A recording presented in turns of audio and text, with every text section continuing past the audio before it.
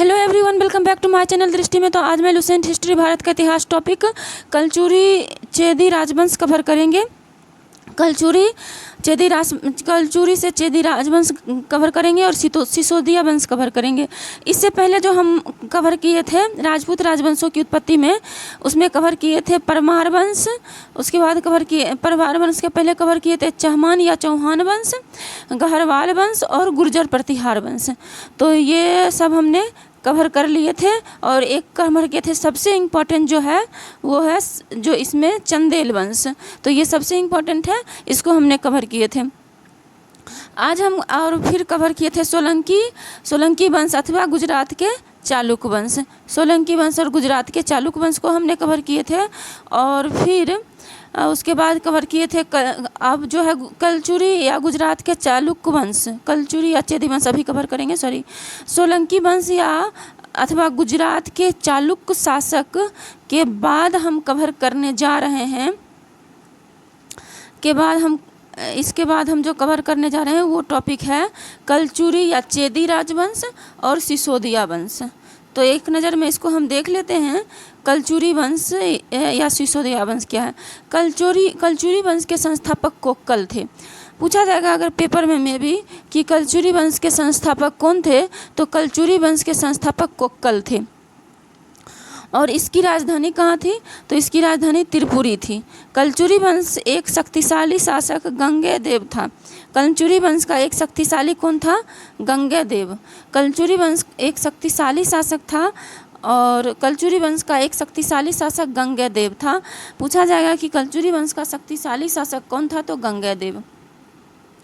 Next है गंगेदेव ने विक्रमादित्य की उपाधि धारण की। ये इम्पोर्टेंट है कि कलचुरी वंश में किसने विक्रमादित्य की उपाधि धारण की, तो गंगेदेव ने विक्रमादित्य की उपाधि धारण की।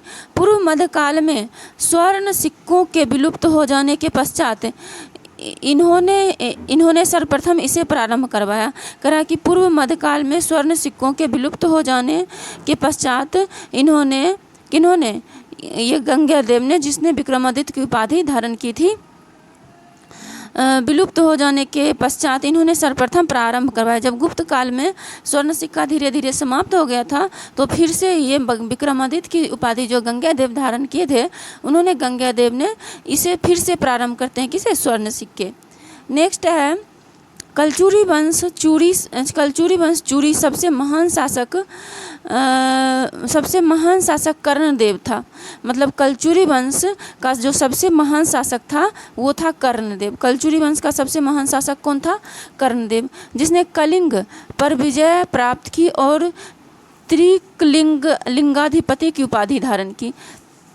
कलचुरी वंश के सबसे महान शासक थे कौन थे, कलचुरी वंश के सबसे महान शासक थे ये जिसने कलिंग पर विजय प्राप्त की और त्रिकलिंगाधिपति की उपाधि धारण करी।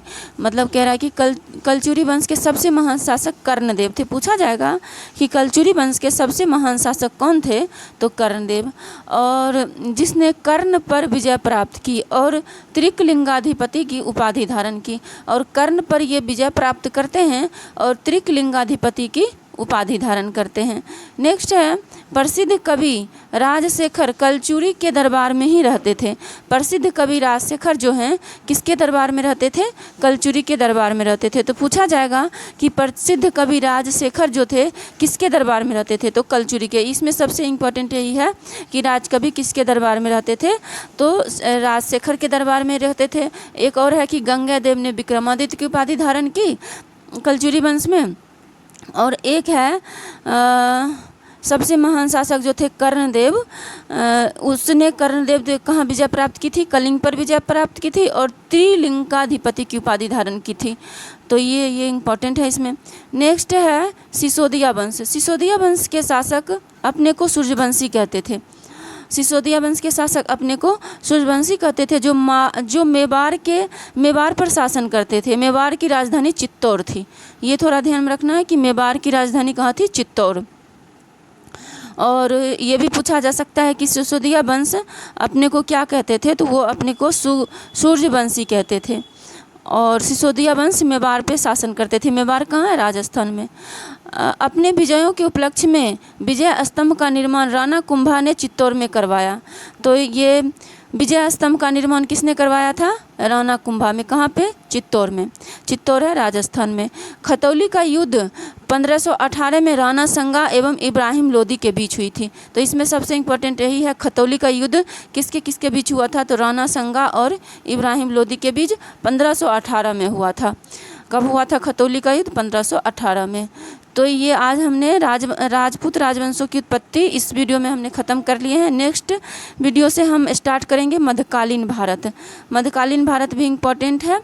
और मध्यकालीन भारत में सबसे पहला है भारत पर अरबों का आगमन, मतलब आक्रमण। भारत पर कब अरब आते हैं और कैसे यहाँ पे मुस्लिम साम्राज्य का स्थापना होता है, तो यहाँ से शुरू हो जाएगा मध्यकालीन भारत।